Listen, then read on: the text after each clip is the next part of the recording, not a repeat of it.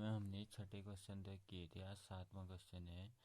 समीकरण matrix a minus B two A plus C two A minus B 3c plus D equal to matrix -1 5 0 13 से A B C तथा D के मान ज्ञात कीजिए। तो a B C and D की वैल्यूज फाइंड करनी है। तो हमको पता है जब टू मैट्रिक्स इक्वल होती हैं तो उनके करस्पॉन्डिंग एलिमेंट क्या होते हैं, इक्वल होते हैं। तो this means A minus B matrix दी हमको A minus B two A plus C two A minus B 3c plus D, ये इक्वल टू दी है हमको मैट्रिक्स -1 5 0 एंड 13।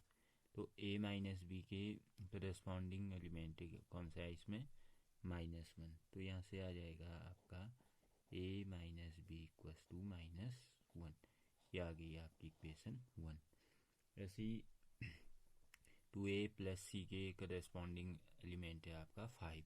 तो 2a plus C equal to आ जाएगा 5। 2a plus C equal to आ गया आपका 5, इक्वेशन 2। ऐसे ही 2a माइनस बी इसके करस्पॉन्डिंग एलिमेंट है आपका इस मैट्रिक्स में 0। तो यहाँ से आ जाएगा 2a minus b equal to 0, equation 3।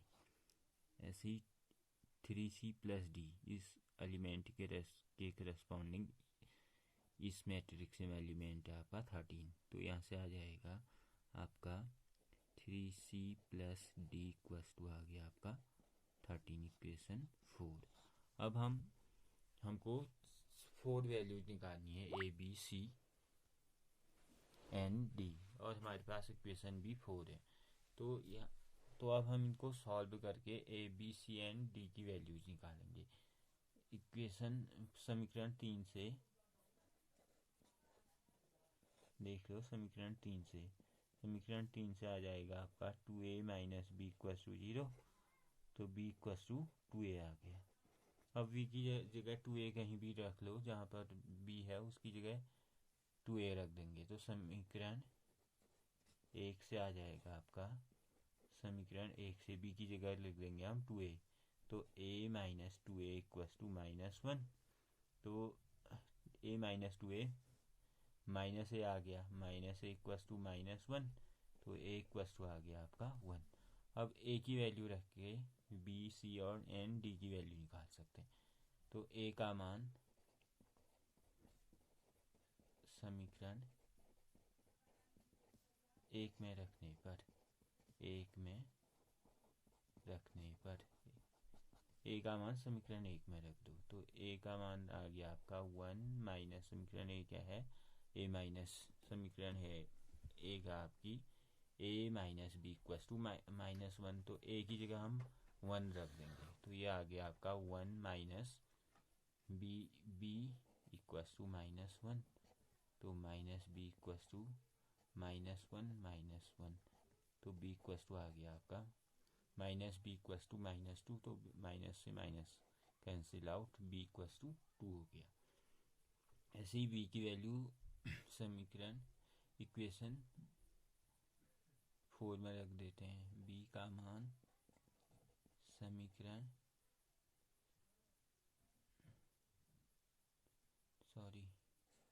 a का मान रख देते हैं हम। a का मान समीकरण 2 में रखने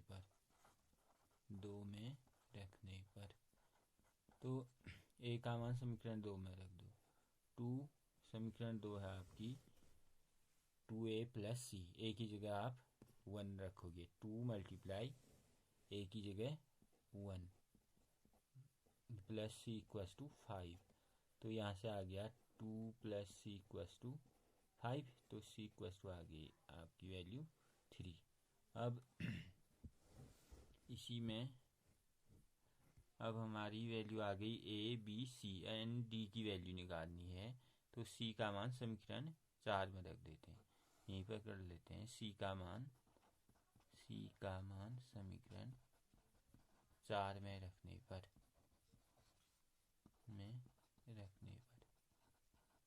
तो सी का मान समीकरण 4 में रख दिया। समीकरण 4 है आपका 3c plus D equal to 13। तो सी की वैल्यू हमारी 3 आई है। 3 इंटू सी की value 3 plus D equal to 13 या 3 इंटू सी की जगह 3 into 3 plus D equal to 13 यह आ गया। तो 3 3 जा 9 प्लस डी इक्वल टू 13 तो डी इक्वल टू 13 माइनस 9 तो डी इक्वल टू आ गया आपका 4। यह आ गई आपकी A B C and D की value. Matrix A equal to A I J M cross N एक वर्गाव्यूह है यदि, तो वर्गाव्यूह किस कब होता है? कोई भी मैट्रिक्स वर्गाव्यूह तब होता है जब उसमें रो और कॉलम्स की संख्या बराबर होती है। दिस मीन्स एम और एन जो जब बराबर होंगे तो तभी वो वर्गाव्यूह होगा। इसका मतलब एम इक्वस टू एन हो जाएगा, एम इक्वस टू एन। इसके बाद 9वां क्वेश्चन है आपका एक्स तथा वाई के प्रदत्त किन मानों के लिए आव्यूह के निम्नलिखित युग्म समान है। तो एक्स और वाई के किस मानों के लिए ये युग्म क्या है? समान है। तो एक्स और वाई के कौन सी वैल्यूज़ के लिए समान होंगे? तो देख लीजिए, तो दो मैट्रिक्स कब इक्वल होते हैं? जब उनके करस्पॉन्डिंग करस्पॉन्डिंग एलिमेंट क्या होते हैं? समान होते हैं। दिस मीन्स 3x प्लस 7 किसके इक्वल होगा? 0 के इक्वल, और 5 इक्वल होगा y माइनस 2 के। तो यहाँ से x और y की वैल्यूज निकाल लेंगे हम। तो 3x प्लस 7 इक्वस टू 0, तो यहाँ से आ जाएगा 3x equals to minus 7, x equals to आ गया -7/2। ऐसे ही 5 इक्वस टू y माइनस 2, तो यहाँ से आ जाएगा y equals to 5 plus 2, y equals to आ गया आपका 7 आ गया। y की वैल्यू आ गई आपकी 7।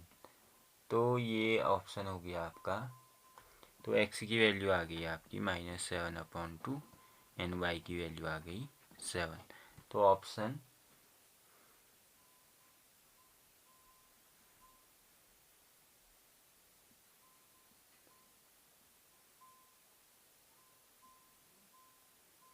तो इसमें से कोई भी ऑप्शन नहीं है, तो क्या आ जाएगा? ज्ञात करना संभव नहीं।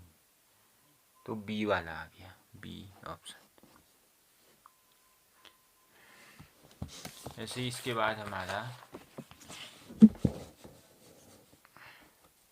10वां क्वेश्चन है 3 गुणा 3 कोटि के ऐसे आव्यूह की कुल कितनी संख्या होगी जिनकी प्रत्येक प्रविष्टि में 0 या 1 हो। तो 3x3 ऑर्डर की कितनी मैट्रिक्स हो सकती हैं जिनको हम 0 या 3 से लिख सकते हैं? कोई भी एलिमेंट होंगे उसको या 0 से फिलअप करेंगे या 1 से। तो अब सबसे पहले देख लीजिए 3x3, तो 3x3 को ऑर्डर की मैट्रिक्स है, तो इसमें कितने अवयव होंगे? 3 × 3। तो अवयवों की संख्या होगी इसमें, अवयवों की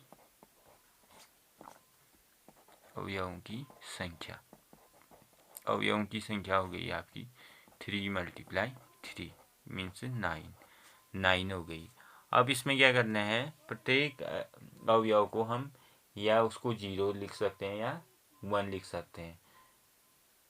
तो 0 के स्थान तो या तो 0 लिखोगे या 1 लिखोगे। तो 0 या 1 लिख सकते हैं। तो 0 या 1 लिखने की कितनी मेथड हो गई आपकी? 2 मेथड हो गई, और उनको कितनी जगह पे लिखना है? 9। तो ये आ जाएगा 2⁹। तो 2⁹ जो आएगा यह आ गया 512। तो 512 मैट्रिक्स हम लिख सकते हैं। तो इसका ऑप्शन डी हो गया।